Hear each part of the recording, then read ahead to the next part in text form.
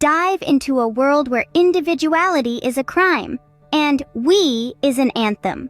Welcome to We by Yevgeny Zamyatin. Journey with us into the mind of Yevgeny Zamyatin, the man who etched his thoughts into the pages of this captivating dystopian novel. Born in the late 19th century in Lebedian, Russia, Zamyatin's life was a tapestry of experiences that found their way into his writing. An engineer by profession, his mathematical precision is vividly depicted in the well-structured society he conjures in We. The book was penned during a time of significant upheaval, the aftermath of the Russian Revolution, a period characterized by a radical shift towards collectivism. It's within this context that We was born, a dystopian novel that raises questions about identity, freedom, and the cost of utopia.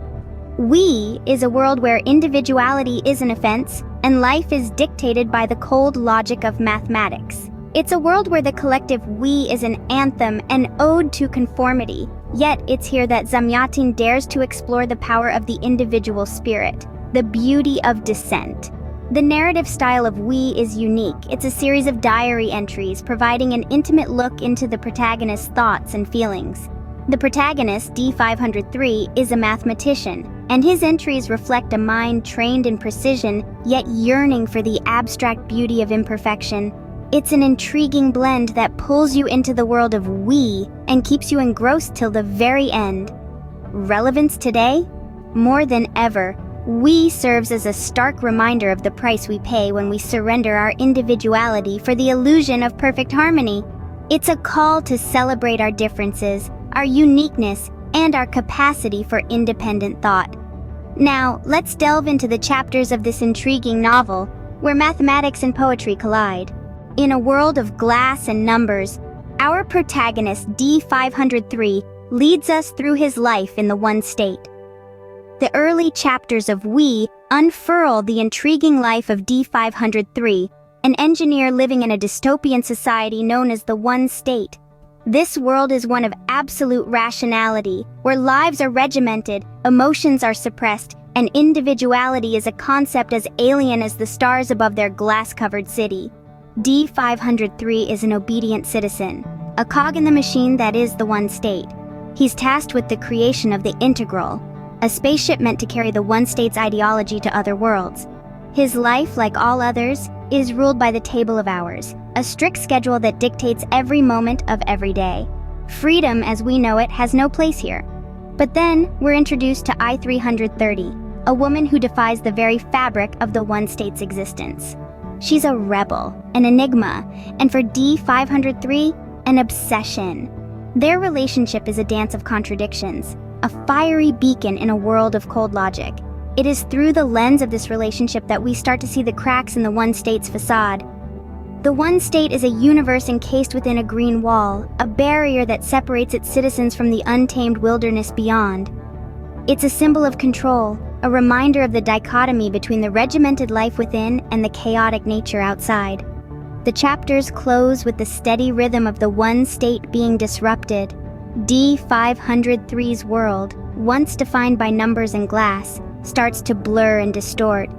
The seeds of rebellion are sown, and our protagonist's journey into the unknown is just beginning. As we venture further, conflicts arise, and D503's world is about to take a turn. In the heart of the One State, rebellion brews, and our protagonist is caught in its whirlwind. As we delve deeper into the labyrinth of we find D503 grappling with an internal conflict that threatens to unravel his carefully constructed world. He is a mathematician, the builder of the Integral, a spaceship that symbolizes the One State's ambition to conquer the universe. He's been conditioned to view emotions as an illness, a blight on the perfect society he's part of. But the arrival of I-330, a woman with a rebellious streak as wide as the universe he's meant to conquer, changes everything. I-330 is not just a character, but a catalyst, sparking a rebellion within D503 and the society he represents. She introduces him to a world of emotions, of human experiences that are considered illegal in the One State. The taste of alcohol, the thrill of a secret meeting, the intoxicating allure of forbidden love, These experiences stir within D503 a storm of feelings he's ill-equipped to handle.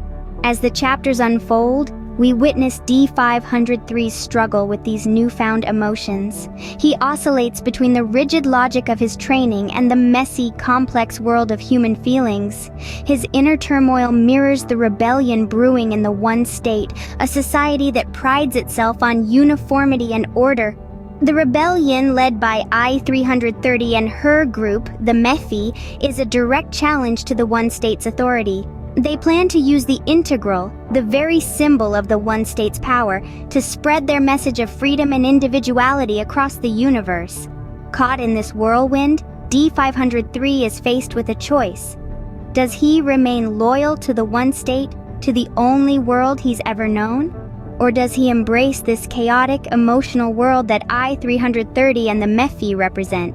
His struggle is a reflection of the age-old battle between the head and the heart.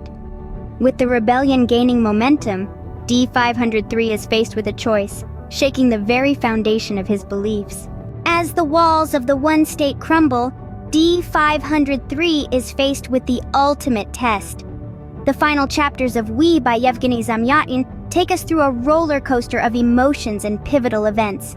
As the One State teeters on the brink of collapse, D503 finds himself caught in a whirlwind of chaos and uncertainty. Confronted with the reality of the rebellion, D503 grapples with his own identity. His internal conflict mirrors the external upheaval. He is no longer a mere cog in the machine. He is a man torn between his duty to the One State and his newfound sense of self. D503's decision becomes the fulcrum upon which the fate of the One State balances. His struggle is a testament to the human spirit's resilience, a theme that Zamyatin deftly weaves throughout the narrative. The fall of the One State is not just a physical collapse. It signifies the crumbling of a rigid ideology, the failure of a system that sought to suppress individuality. The rebellion is not just a fight for freedom, it's a fight for the right to be I in a world that insists on we. In the aftermath of the rebellion, we see a new world emerging from the ashes of the old. The survivors, no longer mere numbers, begin to reclaim their individual identities. The victory of the rebellion is bittersweet, however. The price of freedom is high, and the path to rebuilding is fraught with challenges. Yet, amidst the ruins, there is hope. Hope for a future where I is not a crime, but a celebration of individuality.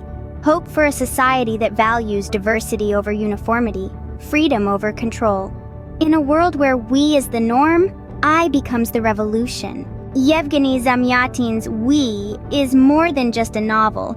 It's a commentary on society and individuality. This dystopian masterpiece paints a world where freedom is sacrificed for security, where individuality is suppressed in favor of uniformity. It's a stark and chilling vision, yet it holds a mirror up to our own society, forcing us to question our values and the compromises we make. The dystopia in We isn't just a backdrop for the narrative, it's a character in its own right. It's the embodiment of a society where everything is regulated, where every action is dictated by the collective. This dystopian world is one where the individual is lost, where the I is drowned out by the we. Freedom versus security is a recurring theme in the novel. In the world of We, people have chosen security over freedom. But at what cost?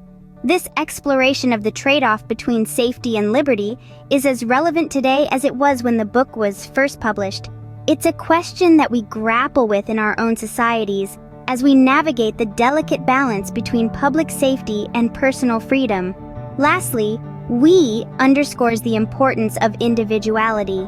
It reminds us that while society is a collective, it is made up of individuals, each with their own thoughts, feelings, and experiences. In the novel, the protagonist's journey towards self-discovery serves as a stark reminder of the power of the individual voice amidst the din of the collective. I invite you to ponder on these themes. What does the world of We reflect about our own society? Are we sacrificing our freedoms for the illusion of security? Are we as individuals losing our voice in the collective chorus? In the world of we find a mirror to our own. It's a reminder that the voice of I is crucial in the chorus of we. Until next time, happy reading.